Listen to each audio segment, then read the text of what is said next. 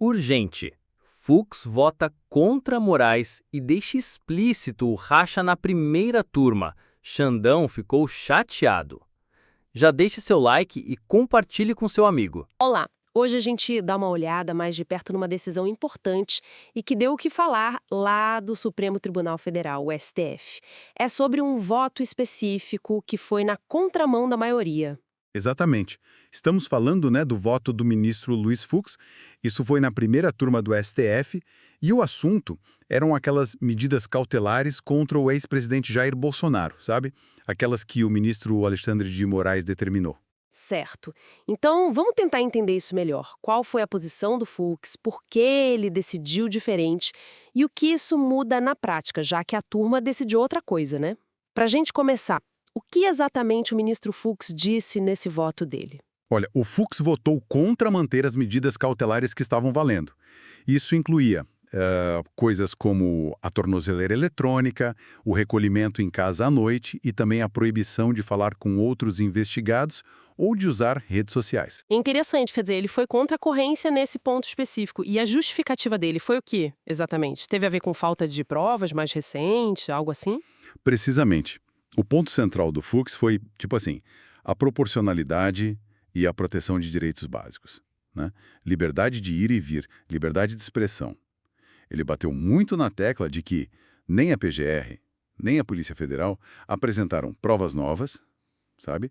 Ou algo concreto e específico daquele momento que mostrassem, por exemplo, um risco real de fuga ou alguma tentativa de atrapalhar o processo. Entendi. Sem essa demonstração clara e atual, ele achou que as medidas eram, pesadas demais. Desproporcionais. Exatamente. Então, para ele faltava uma base mais sólida, mais do momento, para justificar restrições tão fortes assim. Mas, no fim das contas, como ficou a votação na turma? Ele ficou sozinho nessa? Sim, foi um voto isolado mesmo. A primeira turma acabou mantendo as medidas. O placar foi 4-1. Então, na prática, as restrições contra o Bolsonaro continuam valendo, tá? O voto do Fux vira um registro importante, uma posição jurídica, mas não mudou o resultado ali na turma. E como é que essa divergência do Fux conversa ou não conversa com a postura geral do ministro Moraes?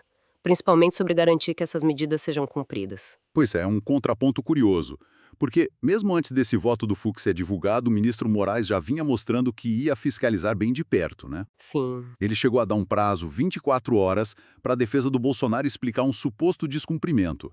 Algo sobre usar redes sociais, dar entrevistas. E o Moraes deixou claro, que mesmo que vídeos ou entrevistas fossem publicados por terceiros, por apoiadores, isso também seria visto como uma forma de burlar a proibição. Nossa. Ele reforçou que desobedecer podia levar a algo mais sério, até mesmo a prisão preventiva. E tem também a situação envolvendo o filho do ex-presidente, né? Correndo em paralelo. Isso, exatamente, mostrando até a amplitude dessas investigações, né? O Moraes também determinou, em outra frente, o bloqueio de contas e bens do deputado Eduardo Bolsonaro. Mas aí é outro inquérito, tá? Que investiga uma suposta articulação dele lá nos Estados Unidos para tentar prejudicar ministros do STF. Entendi. Então, mesmo sem ter mudado o resultado ali na turma, esse voto do Fux, ele acabou gerando algum tipo de repercussão, alguma leitura mais, digamos, política ou jurídica disso. Com certeza gerou bastante análise. Alguns especialistas veem esse voto, mesmo sendo isolado, como um sinal, sabe, de que talvez não exista aquela unanimidade toda dentro da turma sobre como o Moraes está conduzindo esse caso, ou sobre o tamanho dessas medidas. Levanta-se a dúvida se essa discordância poderia, quem sabe mais para frente, abrir alguma brecha para recursos no plenário do STF, que é a instância máxima. Embora, as regras para isso acontecer sejam bem restritas hoje em dia. Mas é visto por alguns como uma espécie de recado interno, entende? Sobre os limites na aplicação dessas cautelares. Ok, então, resumindo a história, o Fux discordou das medidas, achou desproporcionais e sem provas atuais que a justificassem naquele momento.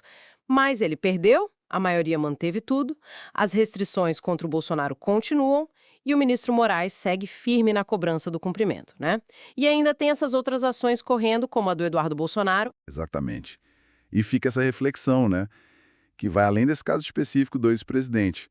O que um voto divergente como esse, que foca tanto na proporcionalidade, na necessidade de prova atual para restringir direitos fundamentais, o que isso pode indicar sobre as discussões futuras lá dentro do próprio Supremo? Sobre esse equilíbrio delicado entre os poderes do Estado e as garantias individuais, principalmente em casos com tanta visibilidade política. É algo para a gente continuar observando.